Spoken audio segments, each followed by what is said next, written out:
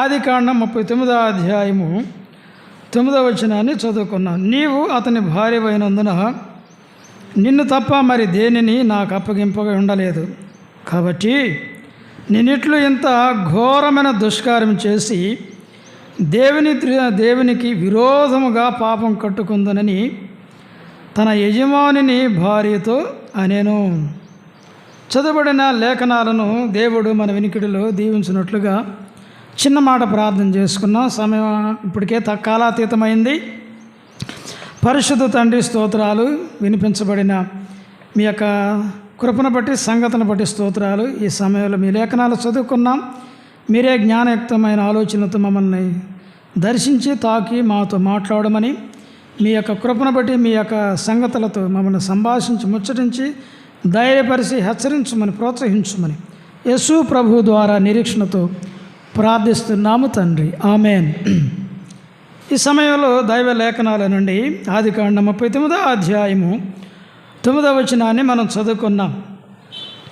చదవబడిన లేఖనాలను మనము బాగా ఎరిగిన వారమే. యోసేపు జీవితంలో ఒక మలుపు తిరిగిన ఒక శ్రేష్టమైన సంఘటనను మనం ఇక్కడ చూస్తూ ఉన్నాం. 37వ అధ్యాయంలో తండ్రి ఇంటి వద్ద ఉన్న యోసేపుగా ఉన్నాడు కనానులో. 39వ అధ్యాయంలో మనం జ్ఞాపకం చేసుకున్నప్పుడు, లేదా 37 ఆఖరాలు ఆయన ఐగుప్తులో ఉన్నట్లుగా మనం చూస్తూ ఉన్నాం. 39వ అధ్యాయంలో జ్ఞాపకం చేసుకున్నప్పుడు మరి పొతీఫరు ఇంట ఉన్నట్లుగా మా ఆరంభ వచనం లేదా మొదటి వచనంలో మనము చూస్తూ ఉన్నాం. యోసేపు యొక్క జీవితాన్ని మనం జ్ఞాపకం చేసుకున్నప్పుడు అంచెలంచెలుగా ఎన్నో విషయాలు గడిచిన దినాలలో మనం గుర్తు చేసుకుంటూ వచ్చాం. అందులో మిగిలిపోయిన ఒక సంగతిని దేవుడు బయలుపరిచాడు. ఆ విషయం ఏంటంటే 9వ వచనంలో దేవునికి విరోధముగా అనే మాట మనం గమనిస్తూ ఉన్నాం. యోసేపు జీవితంలో దేవుడు అనే మాటను ఆయన సంబోధించినట్లుగా పలికినట్లుగా చూస్తూ ఉన్నాం. మన జీవితాల్లో ఎక్కడ ఉన్నా కానీ ఈ మాట పలకవలసిన వారంగా ఉన్నాం.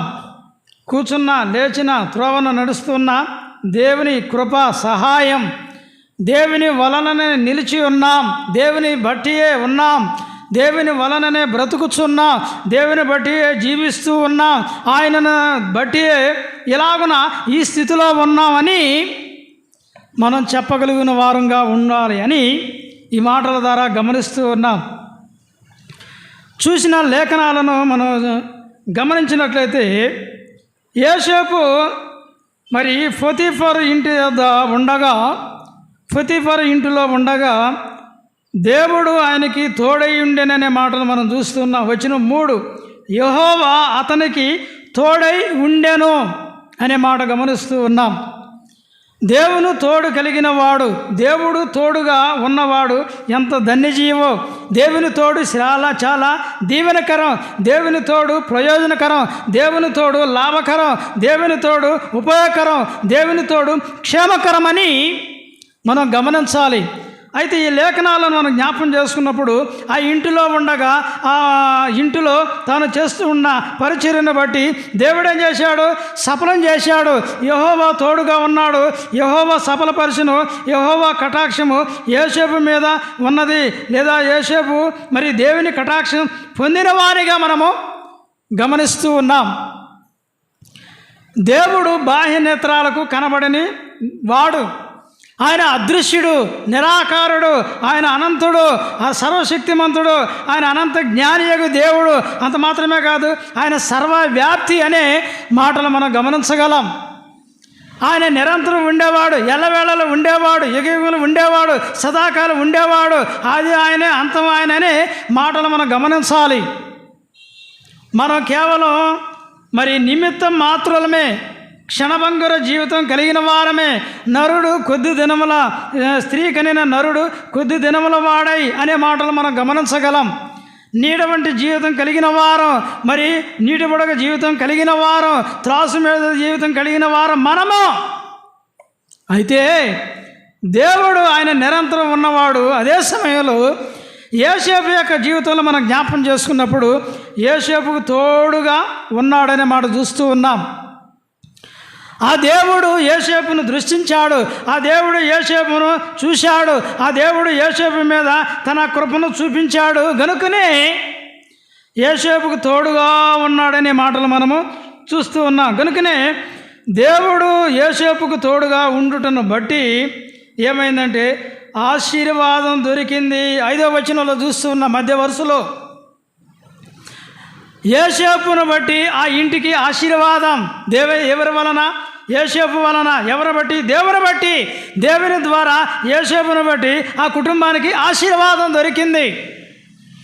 దేవుని పిల్లలు ఎలా ఉన్నా, ఎక్కడ ఉన్నా, ఏ విధంగా ఉన్నా, ఏ స్థితిలో ఉన్నా దేవుడు గమనించేవాడు. అంత మాత్రమే కాదు, ఎక్కడ ఉన్నా కానీ దేవుడు దృష్టించి ఆశీర్వదించేవాడు, క్షేమం ఇచ్చేవాడని ఈ మాటల ద్వారా మనం గమనిస్తూ ఉన్నాం. గనుక యోసేపు యొక్క జీవితంలో ఒక విశేషమైన మలుపు తిరిగిన సంఘటన ఏంటంటే ఈ అధ్యాయంలో ఉన్నట్లుగా మనం గమనిస్తూ ఉన్నాం. ఆయన ఒప్పుకొననేవాడు, ఆయన లొంగనవాడు, ఆయన వంగనవాడు, ఆయన ఆ మాటలను పెడచెవిని పెట్టేవానిగా ఈ యొక్క అధ్యాయంలో మనం గమనిస్తూ ఉన్నాం. అయితే ఇందులో విషయాలు ఏంటంటే ప్రాముఖ్యమైన విషయం ఏంటంటే దేవునికి విరోధముగా అనే మాట మనం చూస్తూ ఉన్నాం. దేవునికి విరోధంగా పాపం కట్టుకొని, నేను కట్టుకోనయ్యా, దేవునికి విరోధంగా నేను పాపాన్ని కూర్చుకోనయ్యని ఆయన తెలియపరుస్తున్నాడు. అక్కడ పొతీఫరు భార్య ఆయన శోధించింది, దినదినం మాట్లాడుతున్నది, దినదినం శోధిస్తూ ఉన్నది, దినదినం లాలన చేస్తున్నది, దినదినం మాటల చేత ఆయన్ని ఏ విధంగానైనా చేయాలని ప్రయత్నం చేస్తూ ఉండగా అక్కడ యోసేపు అంటున్న మాట, దేవునికి విరోధంగా పాపం కట్టుకోలేను అని అంటున్నాడు. ఈ యోసేపు దేవుడనే పదాన్ని ఇక్కడ వాడుతున్నాడంటే ఎంత వయసు ఉంటుంది? ఇంచుమించుగా 17-15 సంవత్సరాలు ప్రాయం కలిగిన వాడుగా ఉన్నాడు. 15 సంవత్సరాల పిల్లవాడు అలాంటి భయంకరమైన పరిస్థితుల్లో దేవుని గురించి జ్ఞాపం చేస్తూ ఉన్నాడు, దేవుని గురించి తెలియజేస్తూ ఉన్నాడు, దేవుని మాటను ఉచ్చరిస్తున్నాడు, దేవుని మాటను వారి మధ్య లేదా ఆమె మధ్య, ఆమె చెంత, ఆమె ఎదుట ప్రస్తావిస్తూ ఉన్నాడు. ఎలాగను కలిగింది, ఏ విధంగా ఈయనకి ఈ దేవుని గురించిన విషయాలు ఎలాగో తెలిసినాయంటే కనానులో తండ్రి యొద్ద ఉంటుండగా దేవుని గురించి ఆ సంఘటనలు విన్నాడేమో, ఆ సంఘటనలో సంభవాన్ని గ్రహించాడేమో. ఇప్పట్లాగా అప్పట్లో మందిరాలు లేవు, ప్రార్థనలు లేవు, సమాజ మందిరాలు లేవు, సన్హెడ్రిన్ సభ అంతకన్నా లేదు. అప్పటి కాలంలో అలాగన దేవుని గురించిన విషయాలు, సంభవాలు లేకున్నా ఆ సమయంలో దేవుడు అనే పదాన్ని ఈ బాలుడు లేదా ఈ యవ్వనుడు విన్నాడంటే తండ్రి దగ్గర, కుటుంబంలో, తండ్రి చెంత, కుటుంబీకుల మధ్య ఆయన విని ఉంటాడని మనము గమనించాలి. ఈ విషయం మనం చూస్తున్నప్పుడు కొన్ని దైవ సంబంధమైన విషయాల పిల్లలకి అంతగా గ్రహింపు రావు. కొన్ని దైవ సంబంధమైన విషయాలు పిల్లలు గ్రహించలే, పిల్లలకి ఎందుకులే అనుకుంటాం. కానీ పిల్లలు ఉన్నప్పుడు మనం ఏం చేయాలి? దేవుని కార్యాలు సంభాషించాలి, దేవుని మహోపకారాలు గుర్తు చేసుకోవాలి, దేవుని కాపుదలను కుటుంబీకుల మధ్య పిల్లలు ఉంటుండగా వారి గురించి చర్చించాలి, వారి మధ్య వివరించాలి. ఇదిగో దేవుడు ఒంటరి స్థితిలో ఉండగా, ఇలాంటి పరిస్థితుల్లో ఉండగా దేవుడు కనికరించాడు, కాపుదలు ఇచ్చాడు, ఆరోగ్యం ఇచ్చాడు, నెమ్మదినిచ్చాడు, స్వస్థతనిచ్చాడు, అలా సంతానాన్ని ఇచ్చాడని పిల్లల మధ్య మనం చెబుతూ ఉంటుండగా ఆ పిల్లలకి ఏమవుతుంది? గ్రహింపు కలుగుతుంది. దేవుని పట్ల అచంచలమైన విశ్వాసం వారు కలిగి ఉంటారు, దేవుని పట్ల వారు నమ్మిక కలిగి ఉంటారు. దేవుడు గొప్పవాడు, దేవుడు మహోన్నతుడు, కంటికి కనబడినవాడు, అద్భుత కార్యాలు చేస్తాడని పిల్లలైన వారు మన ద్వారా వింటారు, గ్రహిస్తారు, నేర్చుకుంటారు. మన సంభాషణ పిల్లలైన వారు ఏం చేస్తారు? చాలా ఆచితూచి గ్రహిస్తారు.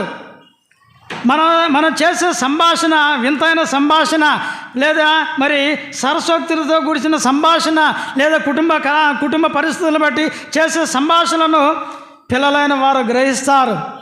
వీటన్నిటికి మించి వారు ఉన్నప్పుడు వారి మధ్య చర్చించాల్సిన విషయాలు ఏంటంటే దేవుని గురించిన విషయాలు, దేవుని వాక్యం, దేవుని గురించిన సంగతులు, దేవుని గురించిన సహవాసాలు, దేవుని గురించిన అద్భుత కార్యాలను వారి మధ్య మనము వివరించాలి, నేర్పించాలి. చాలాసార్లు లోక సంబంధమైన వారిని నేర్పిస్తాం.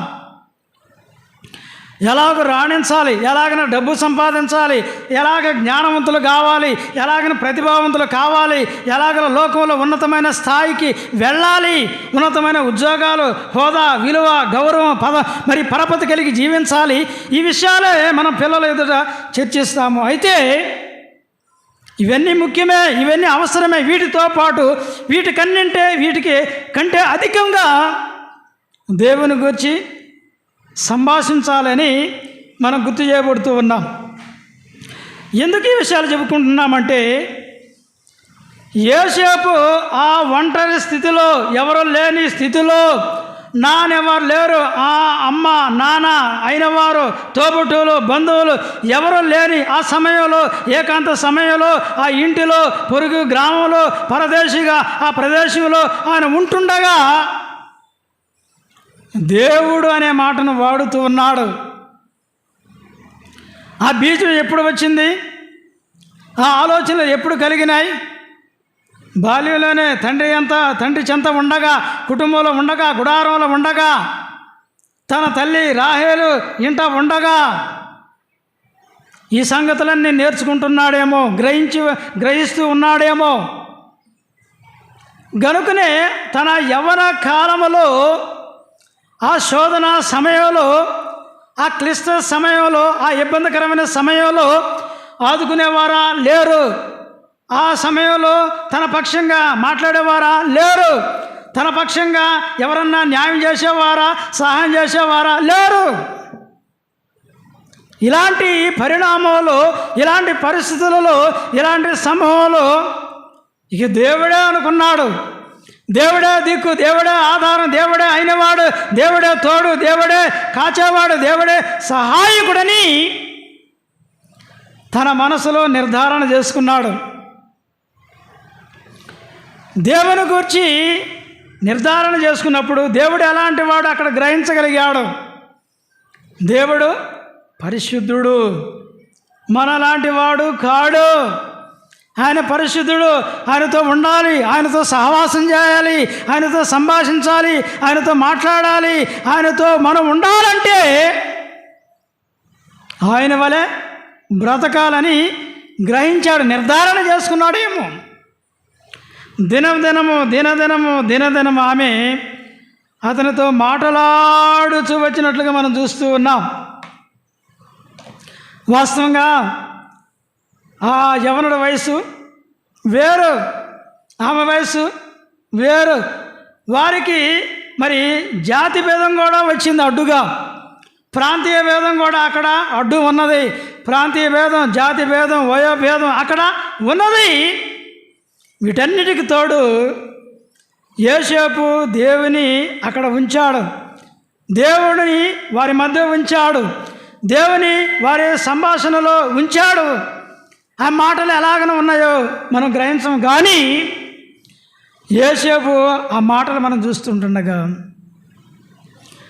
దేవునికి విరోధముగా అనే మాట మనం చూస్తూ ఉన్నాం.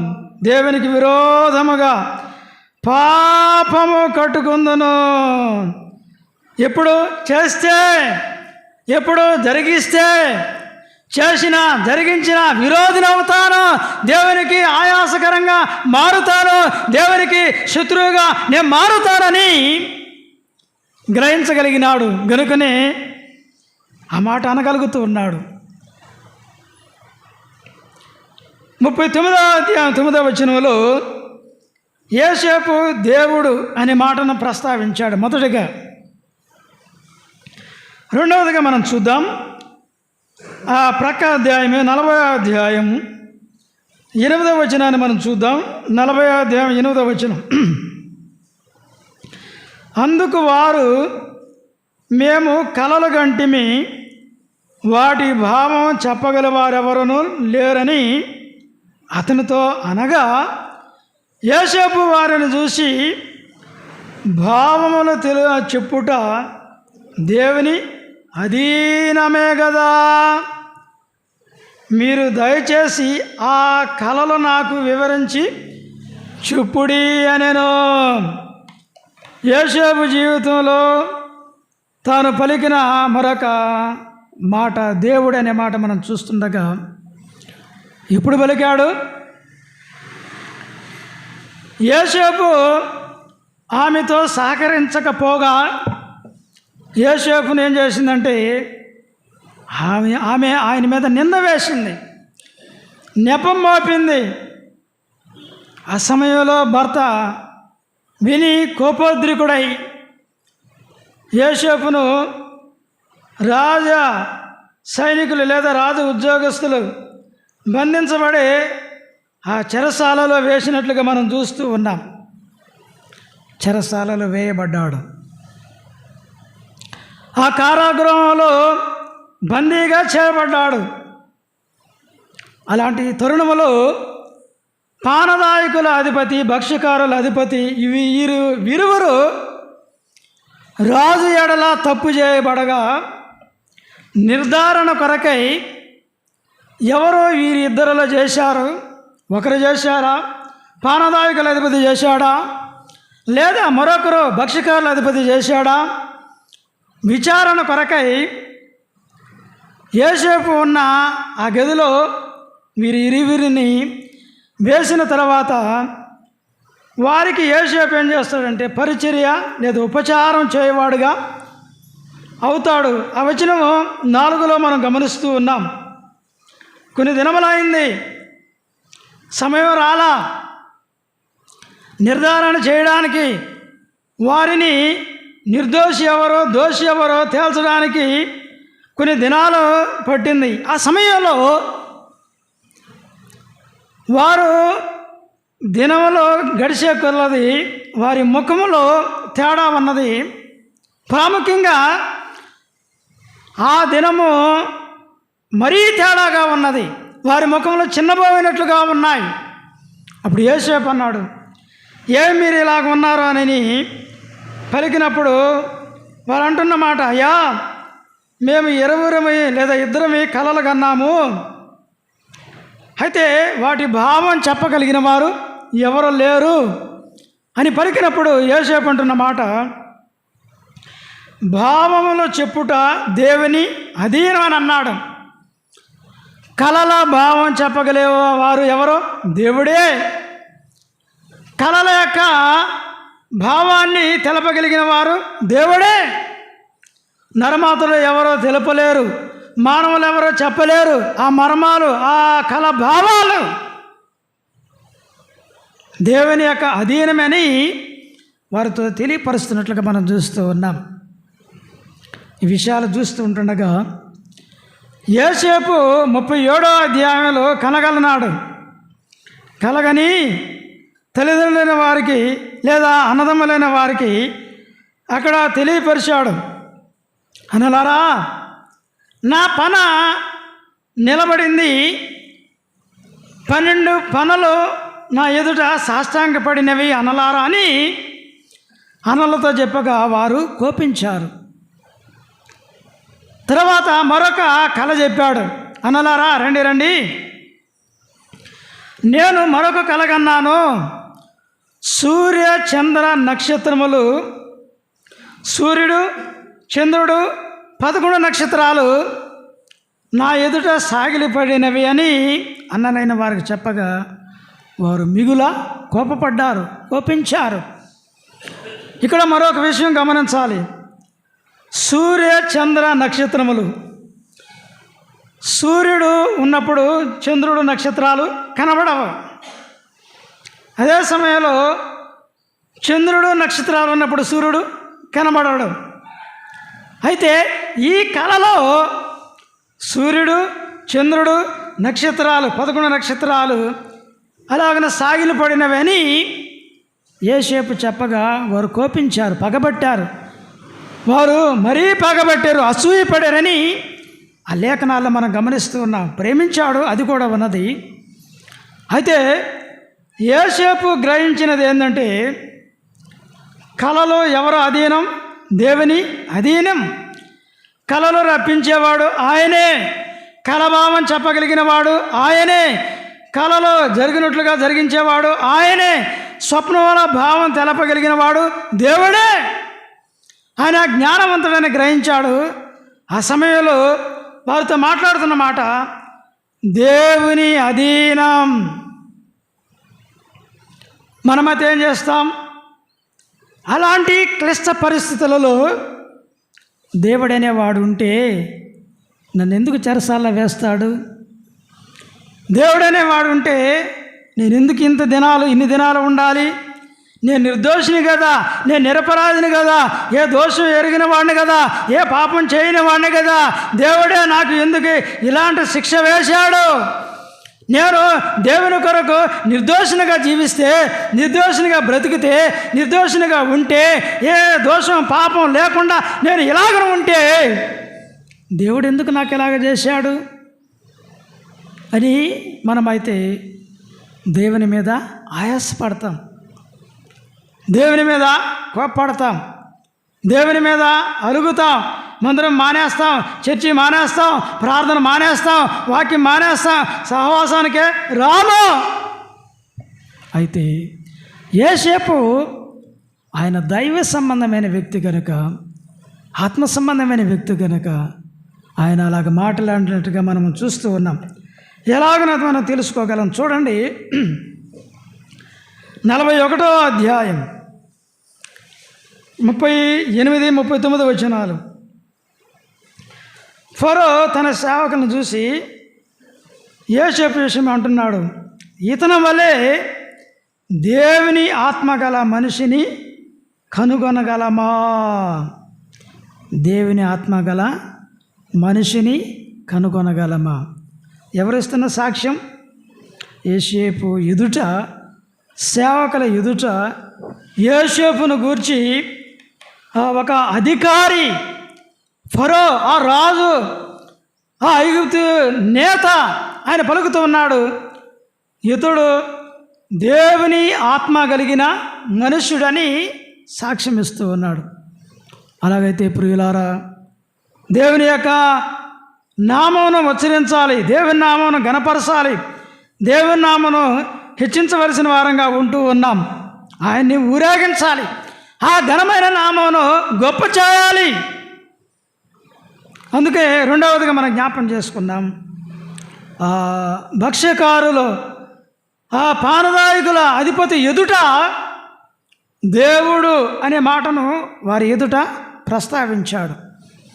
మూడవదిగా మనం చూద్దాం 41వ అధ్యాయంలో 16వ వచనాన్ని మనం చూద్దాం. 41వ అధ్యాయం 16వ వచనం.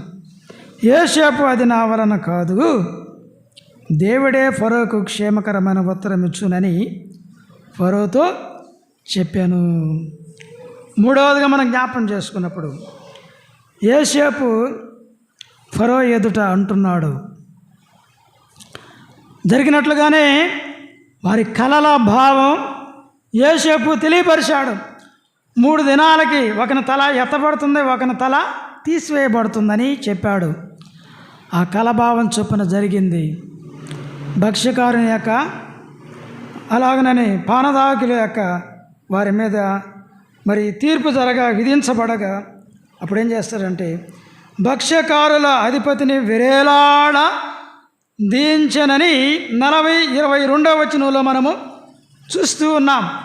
పానదాయకుల అధిపతికి మరి అధికారం వచ్చింది, నిర్దోషిగా తేల్చబడ్డాడు, నిరపరాధిగా ఎంచబడ్డాడు. ఇది ఎవరి ద్వారా జరిగిందని అంటే యోసేపు ద్వారా జరిగింది. అలాగనే యోసేపు అన్నాడు, అయ్యా నీకు మేలు కలిగితే నన్ను జ్ఞాపం చేసుకో, ఈ చెరసాలలో ఉండడానికి నేనే నేరం చేయలేదు, నీకు మేలు జరిగితే రాజుతో మాట్లాడు, ఫరోతో నీవు మాట్లాడు, తెలియపరుచు అని చెప్పాడు. కానీ పానదాయకుల అధిపతి యోసేపును మర్చిపోయానని అక్కడ మనం చూస్తున్నాం. జ్ఞాపకము చేసుకొనక పోయాను. 40వ అధ్యాయం 23వ వచనంలో ఆ మాట మనము చూస్తూ ఉన్నాం. అయితే కాలానుగుణంగా యోసేపును పానదాయకుల అధిపతి మర్చిపోయాడు. కానీ ఏ దేవుని కొరకైతే యోసేపు నిలిచాడో, ఏ దేవుని విషయమై ఆ అధిపతుల ఎదుట దేవుని నామమును ఉచ్చరించాడో, ఏ దేవుని విషయమై గనునిగా దేవుని గురించి ప్రస్తావించాడో, ఆ దేవుడు మర్చిపోరా అనుకున్నట్లుగానే మరి ఫరోకే కలలు తెప్పించాడు. ఆ కలలు 2 విధాలుగా తెప్పించాడు. బలిష్టమైన వెన్నులు, బలిష్టమైన ఆవులు, బలహీనమైన వెన్నులు, బలహీనమైన ఆవులు. ఈ కలభావమును మరి తెలుపగలిగిన వారు ఎవరూ లేరు. కలలైతే కన్నాడు. కానీ ఫరో ఐగుప్తుల యొక్క విద్వాంసులు పిలిపించాడు, శకునగాండ్రులను పిలిపించాడు. వారు వాటి భావం తెలపలేకపోయారు. అయితే అలాంటి తరుణములో పానదాయకుల అధిపతి అంటున్నాడు, ఇప్పుడు నీ దాసుడు తన పాపాన్ని గుర్తు చేసుకుంటున్నాడు, నన్ను మన్నించు. మేము మరి చెరసాలలో వేయబడ్డాం అని ఫరోకి చెబుతూ ఉన్నారు. చెరసాలలో వేయబడగా అక్కడ హెబ్రీ పడుచువాడు మా కలల భావాను మాకు వివరించి చెప్పాడు.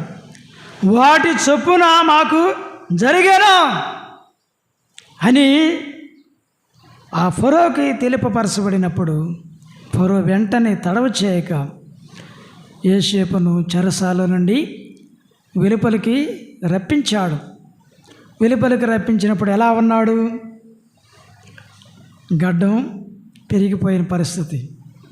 వెలుపలికి రప్పించి అలాగన ఆ యోసేపు విషయమై క్షౌరం చేయించి మంచి బట్టలు ధరింపజేసి ఫరో ఎదుటికి వచ్చినట్లుగా ఆజ్ఞాపించగా అలాగన వచ్చాడు, నిలువబడ్డాడు. ఫరో ఉన్నాడు, సేవకులైన వారు ఉన్నారు. ఆ సామ్రాజ్యంలో లేదా ఆ రాజ దర్బారులో అనేకులైన వారు ఉంటుండగా యోసేపు అంటున్నాడు, 16వ వచనం, యోసేపు అది నా వలన కాదు, దేవుడే ఫరోకు క్షేమకరమైన సమాచారం ఇస్తాడని తెలియపరుస్తున్నట్లుగా మనం చూస్తూ ఉన్నాం. ఆ స్థానంలో మనం ఉంటే ఎలాగైనా బయటికి రావాలి, ఎలాగైనా రాజు మెప్పు పొందుకోవాలి, ఎలాగైనా రాజా దర్బారులో రాజు ఎదుట ఏదైనా ఒక చిన్న స్థానాన్నైనా సంపాదించుకోవాలని మనం ప్రయత్నం చేస్తాం. అయితే యోసేపు అలా అనినవాడు ఏమి కాడు, అలా ఊహించినవాడు కాడు, అలా నిర్ధారణ చేసుకున్నవాడు కాడు, ఆ విధంగా నిర్ణయం చేసుకున్నవాడు కాడు.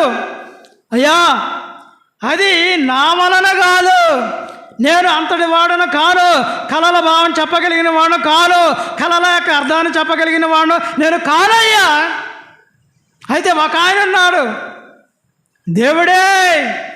దేవుడే ఫరోకు క్షేమకరమైన ఉత్తరం ఇచ్చునని తెలిపినట్టుగా మనం చూస్తూ ఉన్నాం.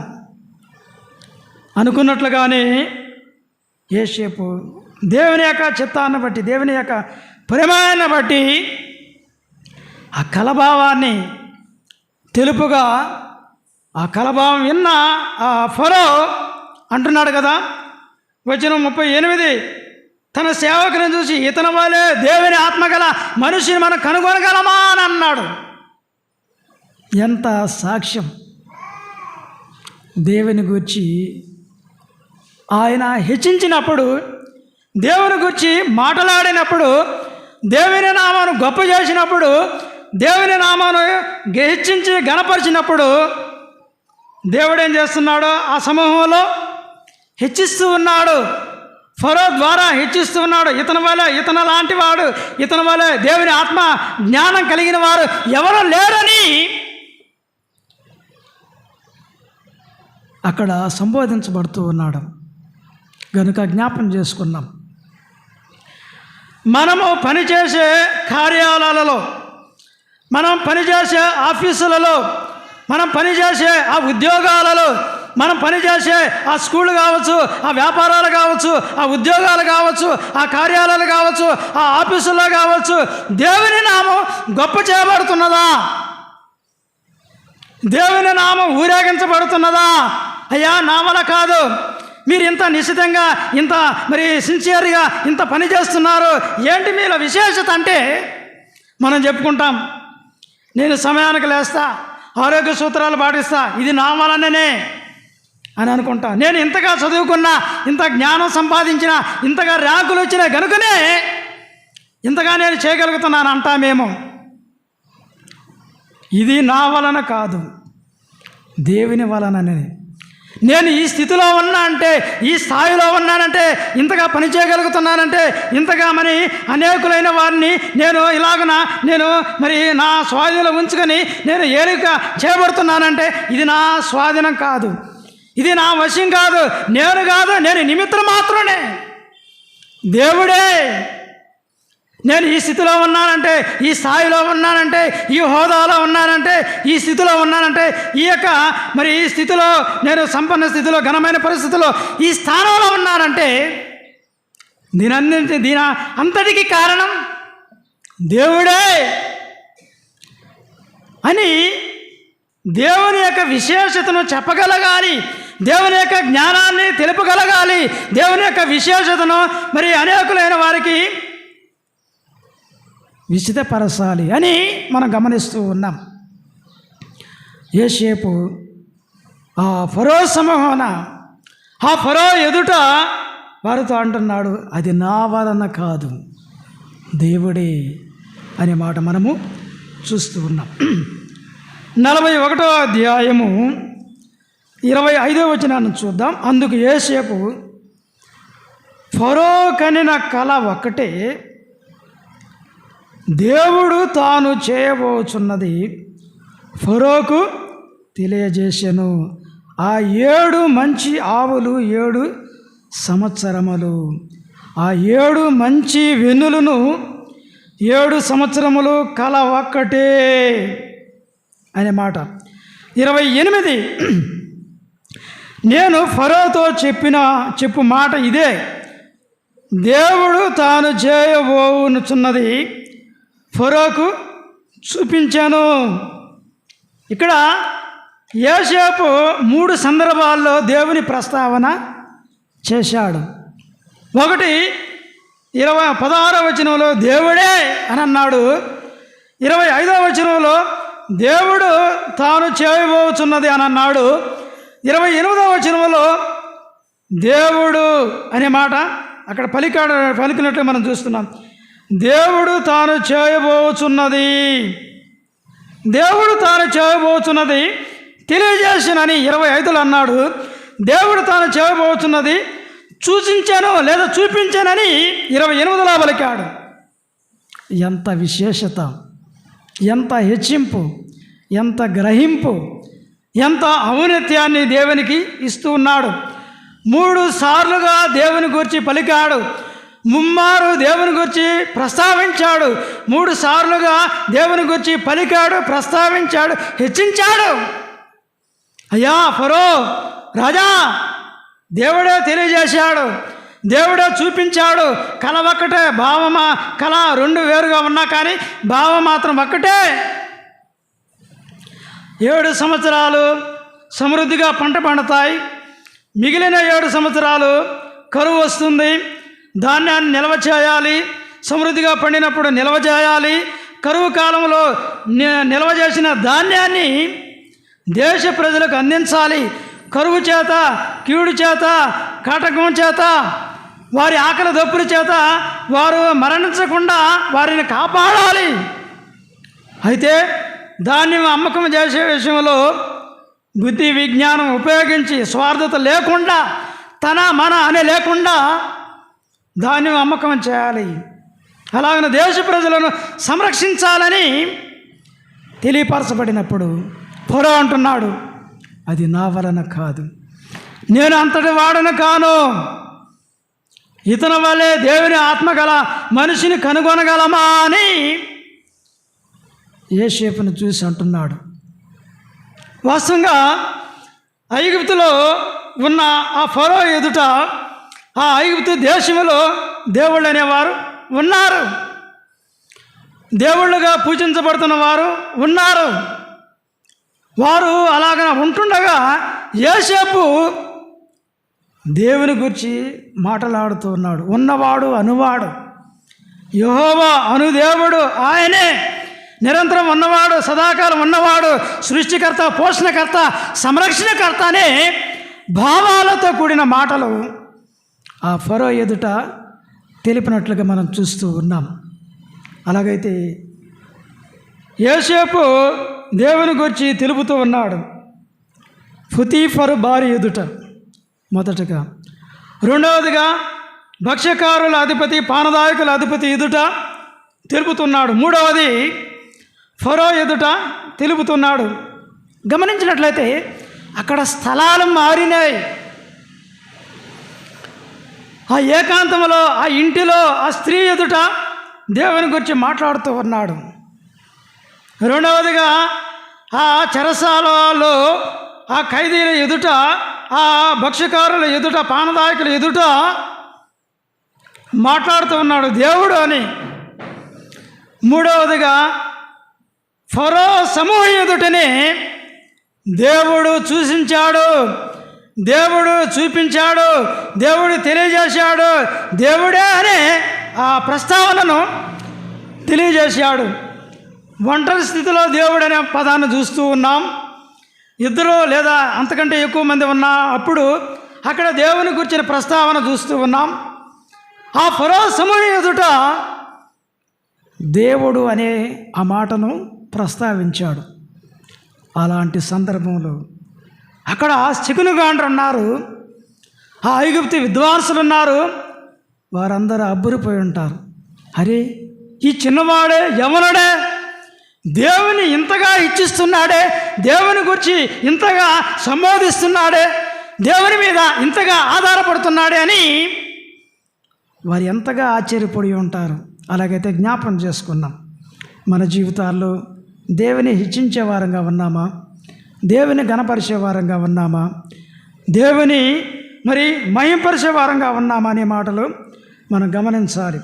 అలాగ మనం చెప్పుకుంటూ పోతే అన్నలతో కూడా మాట్లాడాడు. ఆ విషయాలు ఊరికే గుర్తు చేస్తాను. 42వ అధ్యాయము 18వ వచనం, 42వ అధ్యాయము వచనం 18 చూస్తే, 3వ దినమున యోసేపు వారిని చూసి, నేను దేవునికి భయపడువాడను, నేను దేవునికి భయపడేవాడనని 42వ అధ్యాయం 18లో చెప్పాడు. 45వ అధ్యాయం 5వ వచనంలో చెప్పాడు. 45వ అధ్యాయం 7, 8వ వచనంలో చెప్పాడు. తర్వాత 50వ అధ్యాయం 20, 19వ వచనంలో చెప్పాడు. తర్వాత తన తమ్ముడితో 43వ అధ్యాయం 29వ వచనంలో చెప్పాడు. సహోదరుల మధ్య దేవుని గురించి చెబుతూ ఉన్నాడు. ఎంత విశేషత! ఇద్దరు సహోదరులైన వారు, ఇద్దరు అన్నదమ్ములైన వారు, ఇద్దరు విశ్వసించిన విశ్వాసులైన వారు, వారి సంభాషణలో ఎవరు ఉండాలి? దేవుడు ఉండాలి. దేవుడు ఘనత పొందాలి, దేవుడు మహింపడాలి, దేవుడు హెచ్చించబడాలి. సహోదరుల మధ్య ఇద్దరు సహోదరులు కూడుకుంటే ఏం చేస్తాం? ఫలానా ఆయన, ఫలానమ్మా, ఇలా ఇలా అని చెప్పుకుంటారు. అవి ఎంతకీ తగవు. అయితే దేవుని గురించి చెప్పుకున్నప్పుడు దేవుడు దృష్టిస్తాడు, దేవుడు మహింపడతాడు అనే మాటలు మనం చూస్తూ ఉన్నాం. 41వ అధ్యాయానికి రండి. అది కూడా ఒక మాట మనం చూసుకుందాం. 41వ అధ్యాయము 50, 51, 52 వచనాలలో కుమారులు కలుగగా అక్కడ ఆయన అంటున్న మాట 51వ వచనం, 41, 51 వచనం. అప్పుడు యోసేపు, దేవుడు నా సమస్త బాధను నా తండ్రి ఇంటి వారనందరని నేను మర్చిపోనట్లు చేసినని చెప్పి తన జ్యేష్ఠ కుమారునికి ఏ మనస్సే అని పేరు పెట్టాను.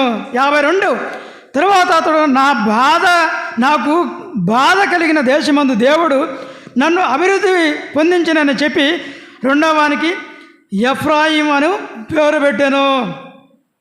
ఈ ప్రస్తావన ఎప్పుడు జరిగించుంటాడు? పేర్లు పెట్టే సమయంలో ఎవరెవరు ఉంటారు? తోబుట్టువులు ఉంటారు, బంధువులైన వారు ఉంటారు, రక్త సంబంధికులైన వారు ఉంటారు, కుటుంబీకులైన వారు ఉంటారు. అయితే ఇక్కడ ఈ సందర్భాన్ని బట్టి మనం జ్ఞాపకం చేసుకున్నప్పుడు యోసేపు భార్య ఇద్దరు మాత్రమే ఉన్నారేమో. ఒకవేళ యోసేపు భార్య మరి అమ్మ లేదా తల్లిదండ్రులు వారి రక్త సంబంధికులు ఉన్నారేమో.